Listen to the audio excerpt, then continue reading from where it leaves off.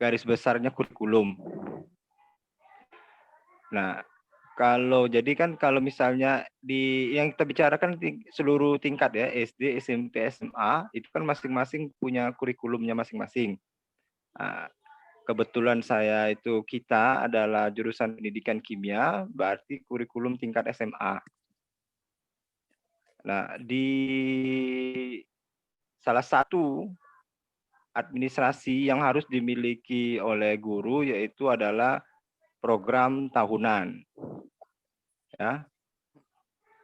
Yang kita ketahui bahwa di jenjang SMA itu ada kelas 10 atau tingkat 10, kelas 11, dan kelas 12.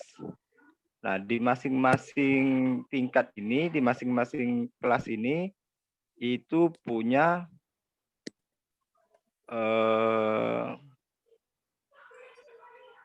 setiap jenjang ini punya,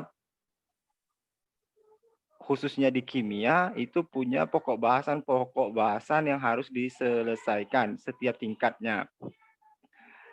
Nah, fungsi dari program tahunan ini, dasar dalam pembuatan program tahunan itu adalah pertama, adalah kalender pendidikan.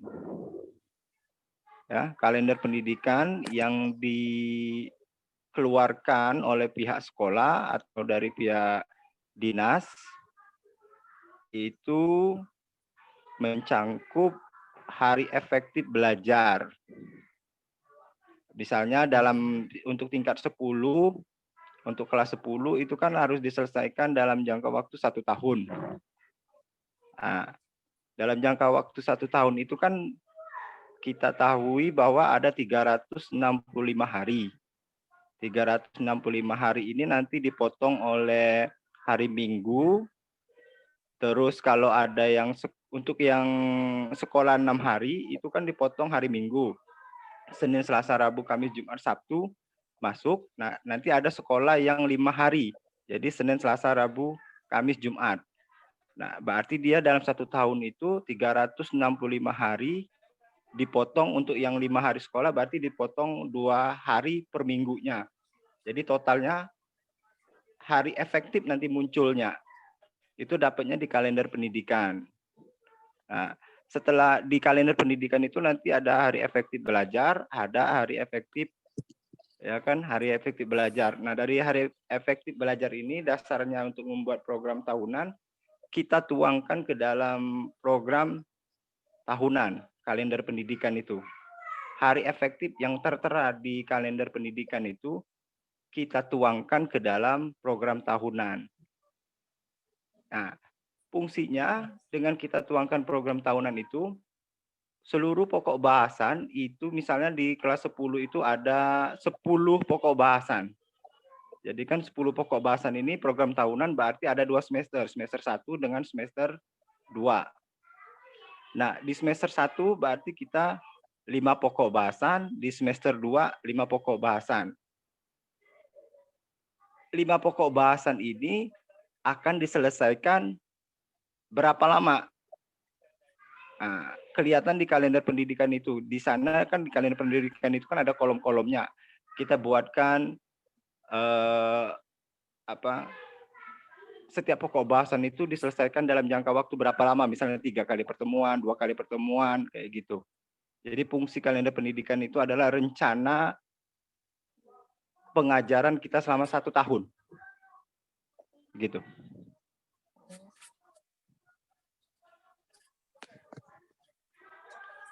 Halo? Baik, Pak.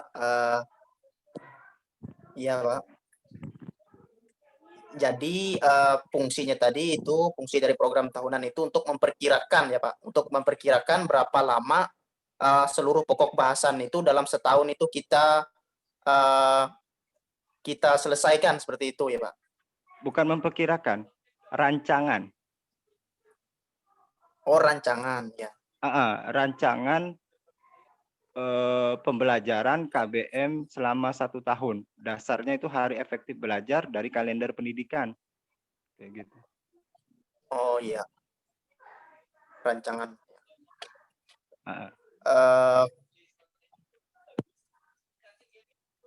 Kemudian Pak, selanjutnya itu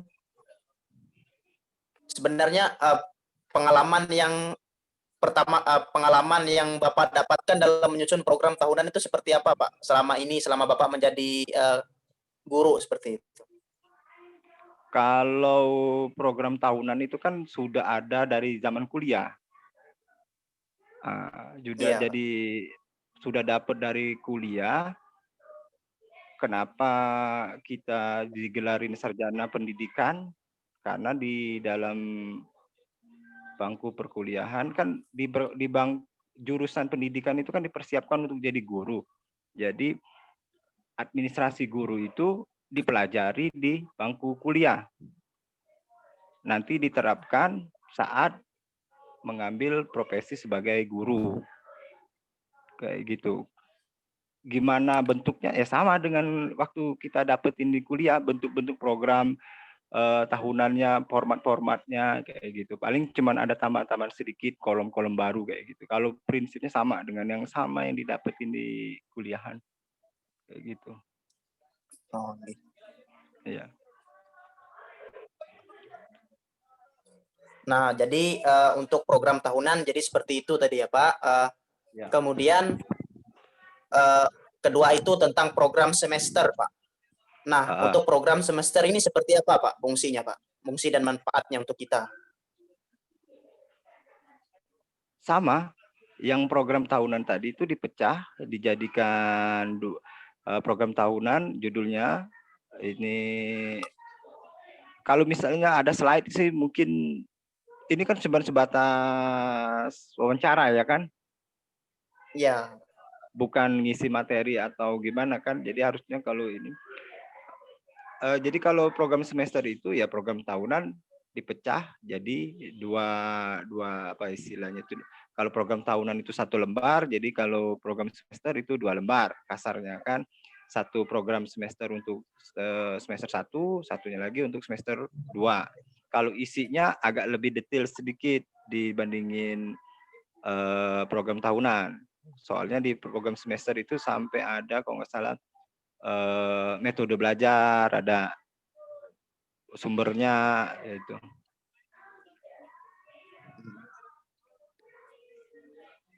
berarti itu Jadi tetap intinya itu rancangan selama 1 semester. Selama semester 1 untuk semester 2 kayak gitu.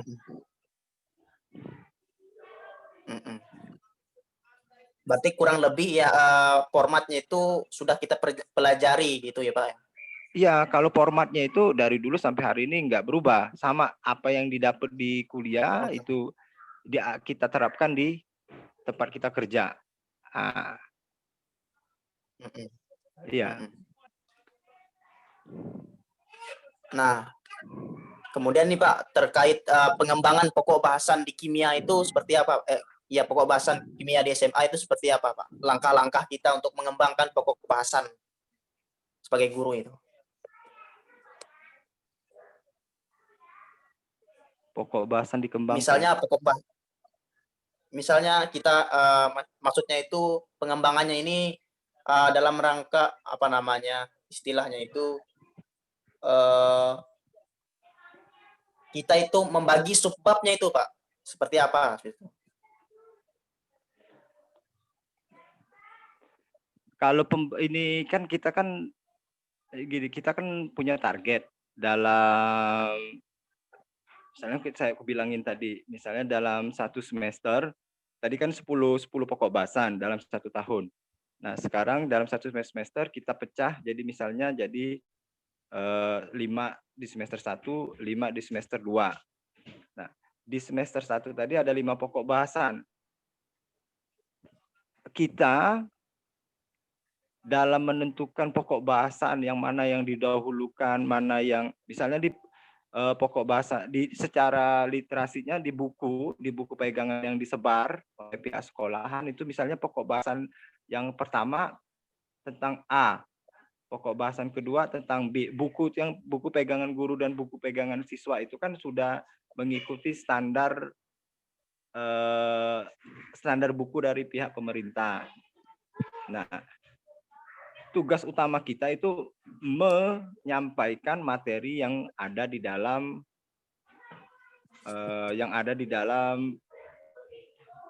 standar proses. Ya kan standar pendidikan itu kan ada 8, standar proses, standar isi, standar kelulusan, standar banyak kan standarnya kan. Kalau kita dalam proses KBM itu ngikutin standar proses. Itu di situ untuk kelas 10 ada kompetensi dasar, ada kompetensi inti. Nah, kita ngikutin itu dulu. Yang ada itu. Fokusnya kita di sana, menyampaikan materi yang ada di standar. Nah, untuk pengembangan itu nanti masuk ke pengayaan. Gitu. Jadi tugas utama kita itu menyampaikan materi pokok. Pengembangan belum nanti. Kalau pengembangan itu nanti kalau ada sesi, misalnya nih apa istilahnya itu setelah dievaluasi nanti dapat hasilnya. Nah, siswa ini mau gimana ini hasil dari evaluasinya ini dikembangkan masuk ke pengayaan atau masuk ke remedial kayak gitu. Jadi tugas utama kita itu bukan ngembangin dulu pertama, tapi menyampaikan materi yang sudah ada di standar isi. Itu tugas pokok kita dulu, menyampaikan materi yang ada di standar isi. Standar isi itu nanti ada poin-poinnya. Biasanya buku pegangan guru itu sudah dibuat mengikuti standar isi. Kayak gitu. Jadi materi yang tertera di dalam buku pegangan guru, itulah yang harus disampaikan ke siswa. Nah, utamanya, kerja utama profesi kita itu. Disampaikan ke siswa, nanti dievaluasi. Nah, setelah dapat hasil evaluasi, dianalisa, siswa ini akan diarahkan ke pengayaan atau pengembangan atau ke remedial atau akan diulang kayak gitu.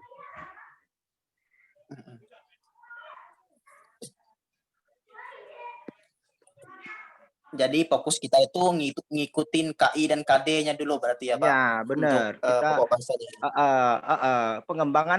Pengembangan itu ada apa istilahnya kalau bisa ke ekstrakurikuler sebenarnya pengembangan itu nantinya. Misalnya ekstrakurikuler tentang apa, ya kan? Dibuat nantinya oleh pihak sekolahan. Nah, itu. Kan kita kan ada target dalam 1 tahun itu kan harus menyelesaikan 10 pokok bahasan. 10 pokok bahasan ini wajib disampaikan. Ini dituangkan di dalam RP Prota sama Promes. Nah, itu kita ngembangin itu biasanya ada jam khusus nambah kayak gitu. Makanya ke ekstrakurikuler.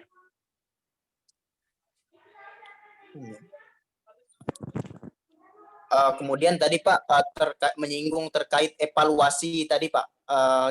Cara kita sebagai guru itu untuk menyusun evaluasi yang sekiranya itu efektif itu seperti apa Pak?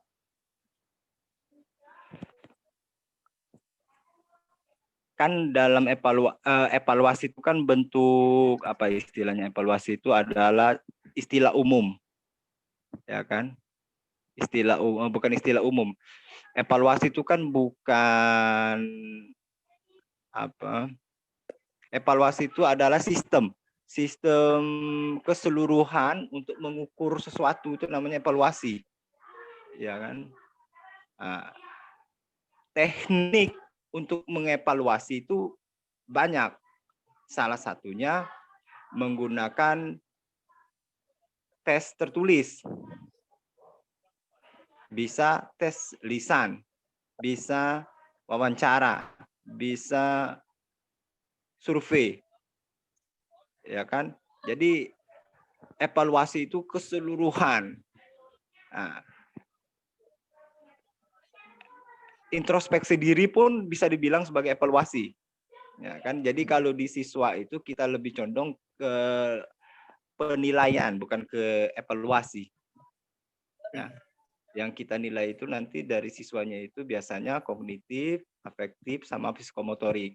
Ya kan? Ada 3 faktor yang ada 3 aspek yang kita nilai dari siswa itu, kita ukur. Ya kan?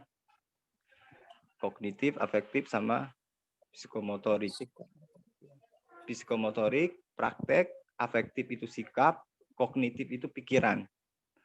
Kayak gitu, pengetahuan mereka yang kita ukur. Nah, efektif tidak efektifnya untuk melihat hasil pengukuran kita itu tuh menunjukkan kemampuan asli siswa atau tidak, ada 2 sistem, ada 2 cara. Kalau di perkuliahan itu rata-rata pakai penilaian patokan.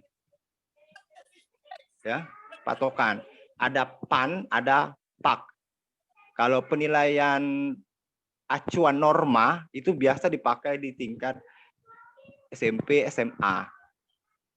Kayak gitu, norma, acuannya norma. Kalau di perkuliahan itu biasanya bisa diterapkan di sekolah-sekolah yang apa istilahnya lah,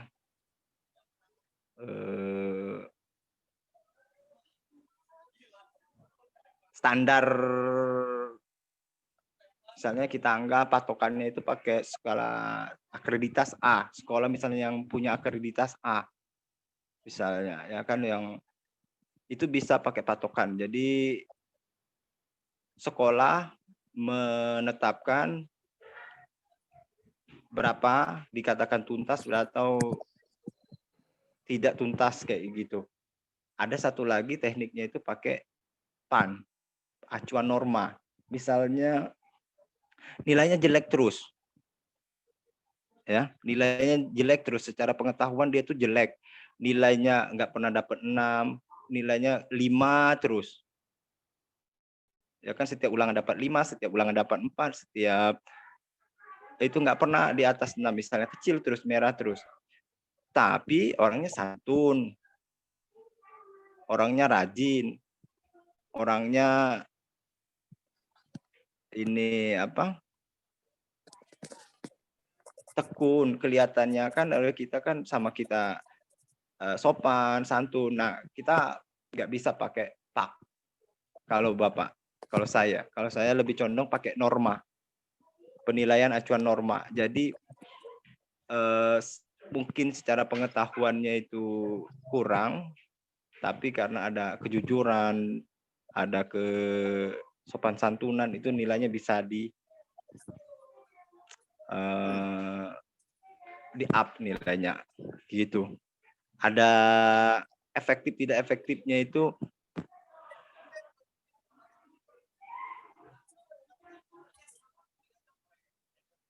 ya lebih banyak pakai PAN, penilaian acuan norma kebanyakan.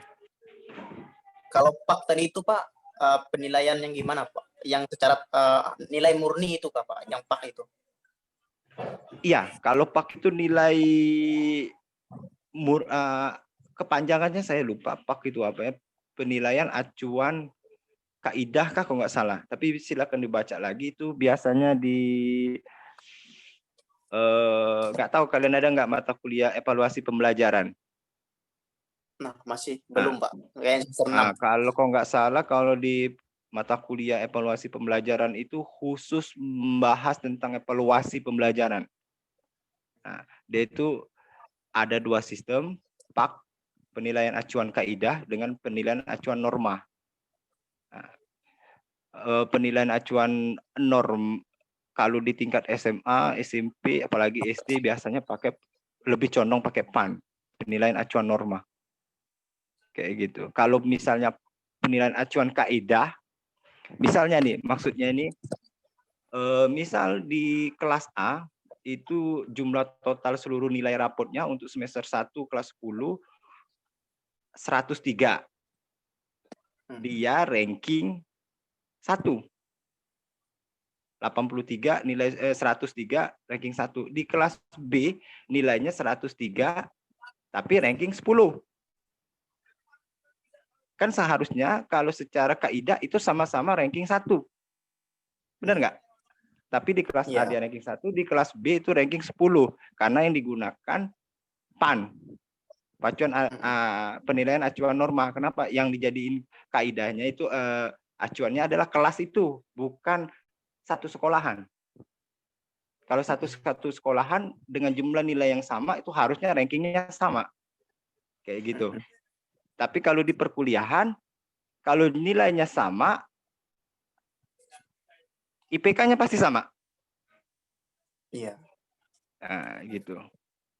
Karena dia di perkuliahan itu lebih condong ke pakai kaidah, kayak gitu. Efektif dengan efektifnya itu di SMA itu ada lebih banyak norma mempengaruhi, kayak gitu. Iya. Ya. Kemudian itu Pak, tadi kan apabila misalnya dia itu misalnya kan evaluasi itu ada yang namanya tes tertulis kebanyakan ya Pak di SMA itu. Salah satu. Ya, salah satu di kimia misalnya. Nah, misalnya nanti ada yang tidak lulus seperti itu dari KKM-nya. Kalau berdasarkan PAK tadi seperti itu. Nah, apakah ini sebaiknya dia ini diremedialkan atau dia ditambah materi pengayaan, Pak? Kalau Berdasarkan pakai pengalaman. Kalau pakai PAK, harusnya dia nggak naik. Kalau sampai nggak tuntas, harusnya nggak naik kelas. Nah, tapi lihat sisi yang lain, ya kan? Nah, kayak gitu. Kalau pakai standar PAK, mungkin bisa seharusnya nggak naik kelas. Tapi kan ada norma tadi, maka ngikutin standar masing-masing kelas, kayak gitu. Nanti kan masalah kenaikan kelas, dia dimasukkan ke remedial atau biasanya kalau di pengalaman di lapangan, setiap habis ulangan, nanti ada rapat dewan guru. Kayak gitu. Rapat dewan guru inilah nantinya yang mencari solusi, dia itu diremedialkan kah atau di pengayaan kah, kayak gitu. Nanti kan kalau remedial nanti berarti semester pendek kasarnya, kayak gitu. Kalau kalian kan ini atau nambah jam kayak gitu di luar. Kayak gitu dapat apa istilahnya itu. Kalau di sekolah ini kelas tambahan, kursus kayak gitu. Jam tambahan khusus untuk yang ini. Nanti itu kebijakannya itu tuh mau gimana itu nanti dirapatkan di dewan guru, kayak gitu. Nah, kemudian Pak, kalau misal tadi itu kan dia kemungkinannya dia remedial. Nah, kalau di remedial ini apa namanya, fungsi sebenarnya dari remedial ini yang diharapkan oleh kita sebagai guru itu untuk apa sebenarnya Pak? Apakah untuk menambah apa namanya wawasan dia yang masih kurang, atau cuma untuk menambah nilai, mencukupi nilainya, atau seperti apa Pak? Sebenarnya remedial ini. Fungsi dari apa kita evaluasi tadi itu di remedial tadi itu adalah kompetensi standarnya, ketercapaian kompetensi dasar KI dan KD. Misalnya di kelas 1. Di kelas 1 itu kan ada berapa KD, kompetensi dasar, yang harus dikuasai oleh siswa. Ya kan? Ada KI dan KD yang harus dicapai oleh siswa. Nah, kalau fungsi dari remedial adalah untuk mencapai minimal KI dan KD tadi. Gitu. Iya. Kalau misalnya sudah di remedial berkali-kali tetap enggak dicapai juga, ya kan? Paksa norma, ya enggak ada lagi, kayak gitu kan. Karena kita kan punya target. Iya, Pak. Karena kita punya target dalam 1 tahun itu, misalnya kan di promes dan protak kita kan punya target dalam 1 tahun, dalam 1 bulan sudah ada rancangan.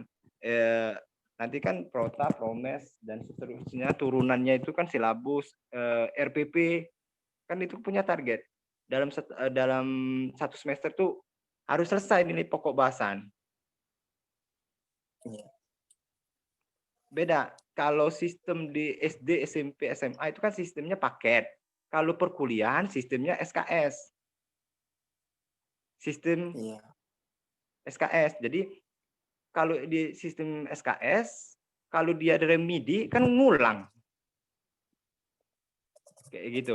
Nah, kalau di SMA kan sistem paket. Jadi dalam 1 tahun paketnya ini harus diselesaikan oleh guru untuk penyampaian materinya. Kayak gitu. Kalau misalnya fungsi utama remedi tadi itu adalah mencapai KI dan KD minimum. Nah, kita lihat aja nanti kan ada di standar isi itu KI KD kelas 10 itu apa-apa aja. Ya kan? Kalau misalnya sifat koligatif larutan di kelas 3. Sifat koligatif larutan itu pokok bahasan sifat koligatif larutan, KI KD-nya yang harus dicapainya apa aja. Kalau dia mampu menjawab itu aja, ya cukup. Kayak gitu kan misalnya berikan 5 contoh yang misalnya KD-nya itu tentang memberikan contoh sifat koligatif larutan. Itu kompetensi dasarnya. Kalau dia sudah pengembangannya kan nanti reaksi-reaksinya. Kalau sudah mampu menyebutkan aja sesuai dengan KIKD kan berarti sudah capai dia. Kayak gitu.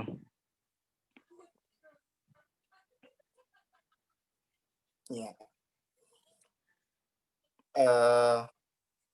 Jadi kita itu patokannya tadi kepada KI dan KD kembali ya Pak untuk remedial Iya. ini. Kemudian terkait pengayaan tadi Pak, pengayaan ini sebenarnya fungsinya itu seperti apa juga Pak? Apakah dia sama dengan remedial ini atau seperti apa Pak untuk pengayaan Beda. ini? Kalau pengayaan itu kan mengembangkan bakatnya siswa. Hobinya siswa tuh misalnya idealnya kayak gini pengayaan itu ya. Pengayaan ini kayak gini, agak kurang pas. Kalau pendapat saya pribadi, itu pengayaan remedi itu untuk di tingkat SMA itu agak kurang cocok. Soalnya kalau di perkuliahan cocok. Soalnya misalnya dia nih pengayaan misalnya dia bisa ngambil mata kuliah di semester depan. Itu bukti pengayaan karena dia mampu. Jadi mempercepat masa kuliah dia. Kayak gitu. Di SMA, walaupun dia mampu, nggak ada SMA 2 tahun. Iya, benar. Ya toh? Kalau di perkuliahan, kalau dia mampu, bisa dia kuliahnya 3 tahun. Kalau dia nggak mampu, bisa sampai 7 tahun. Gitu. Jadi kalau di fungsi pengayaan itu paling nanti diarahkan dia ke ekstrakurikuler. Kayak gitu, hobinya apa, ke situ. Misalnya atau ada kegiatan olimpiade ke pengayaannya. Dia tuh mampu diikutkan ke olimpiade.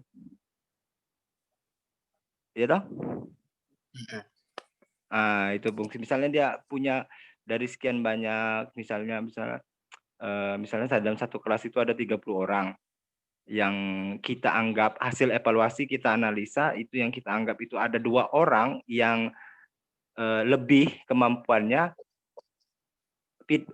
karena dia lebih, feedbacknya untuk dia itu apa? Timbal balik untuk dia itu sudah kerja keras di rumah, belajar tekun, untuk dia itu apa? Menyalurkan kemampuan dia itu apa? Ya kita salurkan ke ikutkan kegiatan ekstrakurikuler, misalnya olimpiade kimia, kita kirim gitu. Kalau nggak ada, soalnya nggak mungkin dia ngambil mata pokok bahasan semester kelas 2, nggak mungkin. Misalnya anak kelas 10 ini ngambil karena dia pinter, ranking terus, kan nggak bisa dia ngambil pokok bahasan di kelas 2. Kalau kuliah kan bisa, SKS-nya ditambahin ya, makanya dia bisa ngambil pokok mata kuliah di semester berikutnya, kayak gitu. Jadi sederhananya itu pengayaan itu dia itu lebih ke pengembangan bakat siswanya itu sendiri ya Pak. Ya, Misalnya dia penyaluran hobinya itu. penyaluran. Mm-mm. Misalnya di bidang kimia itu kan dia masih kelas 10 misalnya, kemudian dia ikut olimpiade kan. Misalnya ada di olimpiade itu kan seluruh kelas kan, dia dari 10 kelas 10 bahkan materi kuliah pun ada. Benar. Nah, kemudian Pak, mungkin ini pengalaman Bapak ya selama mengajar itu di kimia khususnya seperti itu,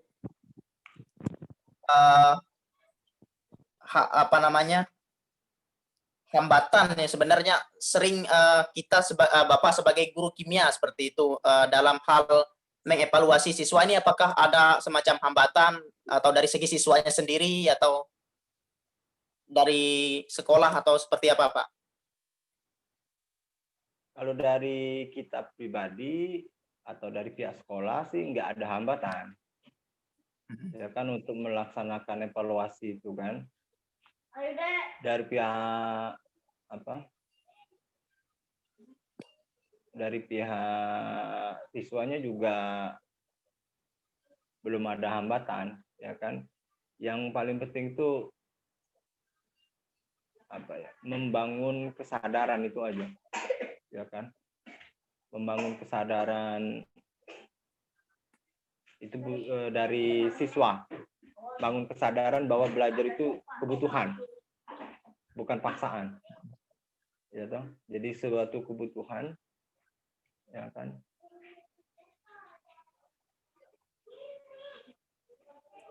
Bangun itu yang agak susah. Kalau masalah selama pengalaman ini nggak ada masalah, nggak ada hambatan segala macam, nggak ada.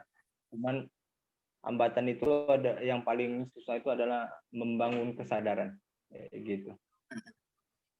Yaitu membangun kesadaran dari siswanya itu belajar itu kebutuhan, kayak gitu. Nah, kemudian Pak, ini kan tadi mungkin ini pertanyaan terakhir ya Pak. Kan tadi kan evaluasi itu kan mencakup tiga ranah kan, ada yang namanya kognitif, ada yang namanya psikomotorik, ada yang namanya afektif. Nah, kan di sini kita sebagai guru kimia ini kan tentu di situ banyak materi-materi kimia itu tentang tentang praktikum kan, praktikum. Nah, di masa pandemi seperti ini, seperti saat sekarang ini kan, di masa pandemi ini kita kan tidak bisa ke sekolah secara langsung seperti itu. Bagaimana strategi kita sebagai guru untuk mengevaluasi dari psikomotorik siswa seperti itu, Pak? Kalau saya pribadi, jadi kan digunakan media lain, misalnya dari YouTube. Nah, di YouTube itu kan banyak praktek-praktek dengan kamera yang jaraknya dekat, jadi reaksi yang terjadi itu bisa kelihatan. Nah, sumber-sumber belajar ini bisa kita gunakan ke siswanya, kayak gitu. Kan di masa pandemi ini kan belajarnya BDR, belajar dari rumah, bisa menggunakan, kalau di sekolahan kami menggunakan GCR, Google Classroom. Ya kan, Google Classroom, sama untuk mempercepat kadang-kadang menggunakan WA. Ya kan, tapi kalau prosesnya lebih condong pakai GCR, Google Classroom. Jadi untuk psikomotorik itu lebih banyak menggunakan sumber-sumber dari YouTube medianya, kayak gitu.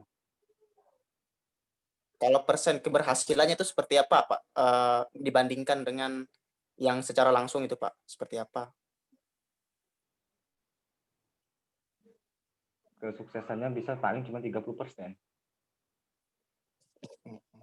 Karena pengalaman pribadi itu lengketnya tuh lebih baik merasakan langsung. Kalau praktek langsung itu walaupun dia nggak paham tapi ingat, Iya, benar. ya kan? Ah, kan? Walaupun dia nggak paham tapi ingat. Rasa ingat ini bisa membangun penasaran. Penasaran itu akibatnya mencari tahu, ya kan? Nah, kalau makanya persentase antara via Google, via YouTube sama yang praktek langsung, aku rasa 30-70. Iya. Kayak gitu. Kalau nonton aja, ya kan kurang greget pengalaman pribadi. Iya. Mungkin itu ya Pak, seperangkat pertanyaan ya dari kami Pak, untuk wawancaranya pada malam hari ini Pak.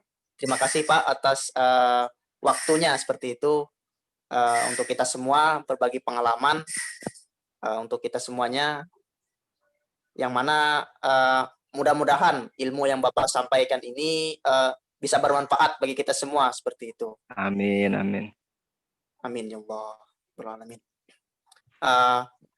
Mungkin karena sudah hampir lama juga kita wawancaranya, di sini mungkin saya kembalikan ke moderator saja dulu Pak. Iya. Silakan moderator.